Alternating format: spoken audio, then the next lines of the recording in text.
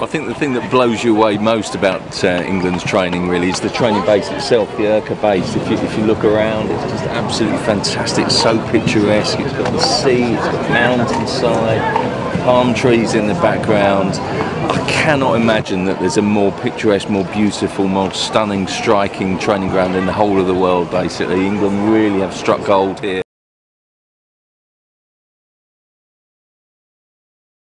I think it's going to be huge for them actually. I think if they can overcome that first game in Manaus in those sort of kind of tropical conditions, it's going to be sort of so humid. I think they've spent weeks preparing for this.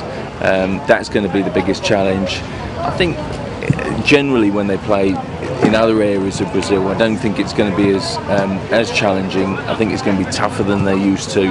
But the one thing is that they've been really impressed with their preparations, their layer training. They've done so much work on that that I do think they'll go into Manaus with a degree of confidence that their kind of physical shape will hold up and will be ready for the test.